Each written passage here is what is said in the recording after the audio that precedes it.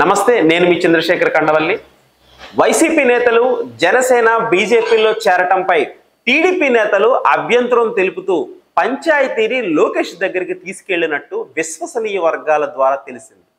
విశాఖ డైరీలో అక్రమాలపై శాసనసభ పక్షాన్ని నీపిస్తే కూటమి పార్టీలతో కలిసి చర్చించకుండా డైరీ చైర్మన్ను బీజేపీలో చేర్చుకోవడంపై మంత్రులు కక్కలేక మింగలేకపోతున్నారు.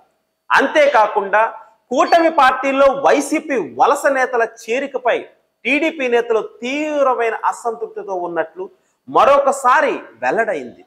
జిల్లా నియోజకవర్గ స్థాయిలో వైసీపీ నేతల చేరికను వ్యతిరేకిస్తున్నటువంటి టీడీపీ నేతలు ఈ విషయంపై మిత్రపక్షాలతో చర్చించి చేరికలను ఆపాలని మంత్రి నారా లోకేష్ మీద ప్రెజర్ పెడుతున్నారని విశ్లేషకులు చెబుతున్నారు.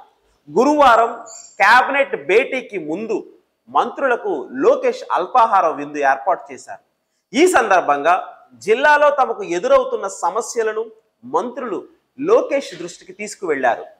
ఎన్నికల ముందు తాము ఇబ్బంది పెట్టిన వారిని కూటమిలోకి ఎలా చేర్చుకుంటారని నియోజకవర్గాల్లో నేతలు తమను ప్రశ్నిస్తున్నట్లు మంత్రులు నారా లోకేష్ వద్దకు ప్రస్తావించారు.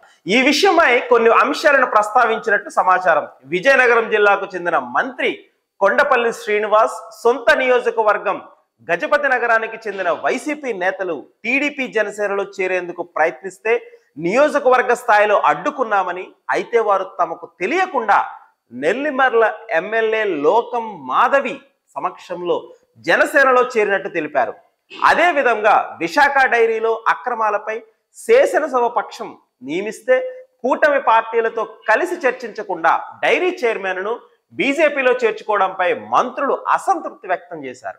అదేవిధంగా లోకేష్ సొంత నియోజకవర్గం నుంచి గంజి చిరంజీవిని చేర్చుకోవడంపై ఆ విషయం మీకు తెలుసు కదా అంటూ సీనియర్ మంత్రి అచ్చెన్నాయుడు గుర్తు చేశారు.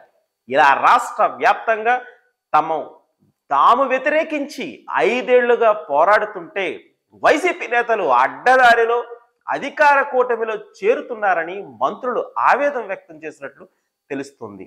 దీనిపై స్పందించిన మంత్రి నారా లోకేష్ కూటమి పార్టీలతో ఈ విషయం మాట్లాడతానని, ఏమైనా అభ్యంతరాలు ఉంటే తనకు లేదా ఏపీ టీడీపీ అధ్యక్షుడు పల్లా శ్రీనివాస్కు తెలియజేయాలని సూచించినట్లు టీడీపీ